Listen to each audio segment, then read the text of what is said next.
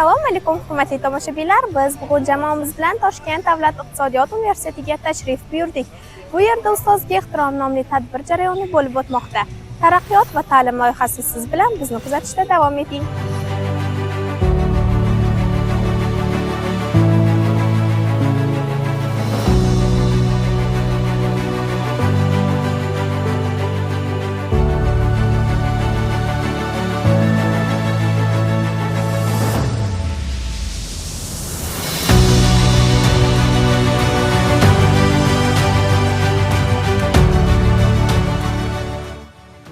Bu yer Toshkent davlat iqtisodiyot universiteti. Toshkent davlat iqtisodiyot universitetining ham juda ko'p yillik tarixi bor, salkam 100 yillik tarixi bor.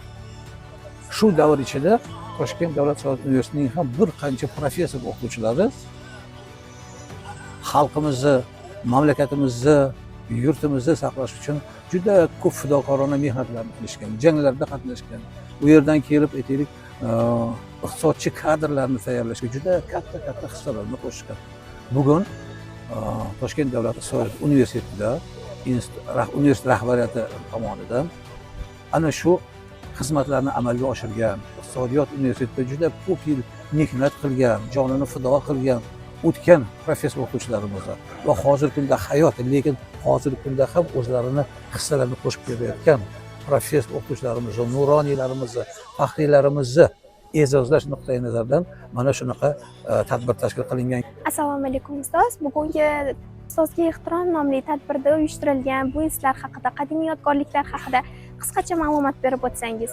Assalomu alaykum. Albatta, Toshkent davlat iqtisodiyot universiteti eng ko'hna yurtimizdagi va eng zabardast oliygohlardan biri, o'quv maskanlaridan biri. Bu yerda qancha olimlarimiz, qancha shu O'zbekiston iqtisodiyotiga katta hissa qo'shgan va qo'shayotgan insonlar yetishib chiqqan. Bir she'r qoralagandim. Ruxsat bersangiz shuni. Albatta. Ustozga ehtirom yuzda namoyon, hurmatla qaragan ko'zda namoyon, beminnat yaxshilik ko'rgan odamning e'tirof tilagi so'zda namoyon. Ustozga ehtirom qarzdek omonat, uni ado etmoq eng go'zal odat, yuzganch yetmas emish bir harf ranjiga, kim istasa topmish koni saodat. Assalomu alaykum, o'zingizni tanishtiring. Assalomu alaykum. Men Abdurasulov Ravshanbek, Toshkent davlat iqtisodiyot universiteti 4-bosqich talabasiman. Ajoyib, o'zingiz ham talaba ekansiz. Talaba sifatida bugungi ustozga ehtirom nomli tadbir haqida yoshlarga, o'zingiz tengdoshlaringizga nima deya olasiz? Birinchi galda 9-may kelayotgan xotira va qadrlash kuni bayrami bilan barcha yosh ulug'larimizni tabriklab qolamiz va bugun mana universitetimizda ustozga ehtirom byusti ochilmoqda hamda mana shu ustozlarimizga bag'ishlangan xotira va qadrlash kuni munosabati bilan ajoyib tadbir bo'lib o'tmoqda. Bu narsani ta'kidlashimiz joizki, biz yoshlar albatta yosh ulug'larimizni qanchalik e'zozlab, ularning hurmatini joyiga qo'yib, duosini olsak, kelajagimiz ham xuddi ular singari bo'ladi. Albatta ustozga ehtirom birinchi navbatda biz talaba yoshlarning asosiy burchlaridan bittasi deb bilaman. Bugungi tadbir yoshlarimiz uchun bir o'rnak. Ya'ni bir-birini qadrlash, hozirgi panda mehr-oqibat o'ta muhim yoshlar. Umuman insonning hayotida bir mehr-oqibat bo'lmasa, bir-biriga hurmat bo'lmasa, u hayotning vazmini ham, lazzati ham bo'lmaydi.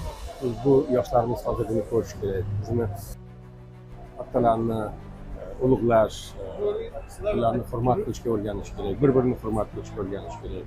Chunki bizni yangi O'zbekistonimizning eng asosiy belgisi nima? Bu inson qadri, ulug'lanish. Inson qadrlanar ekan, bu qadrli bo'lar ekan, hamma ishimiz, davlatning ishi, hukumatning ishi hammasi inson uchun bo'lishi kerak. Inson uchun sharoit yaratish kerak. Va yoshlarimiz mana shu o'gitlarni yaxshi o'ziga o'qib olish kerak. Va o'zlarining faoliyati keyinchaligida o'sha yuksak ma'naviyatni shakllantirib, o'shani yanada tarqatish kerak, ko'paytirish kerak. Qariyalardan, kattalardan o'rnak olish kerak bo'ladi. Hayotimiz tajribasini ularga berishga harakat qilamiz. Ularga omad tilaymiz.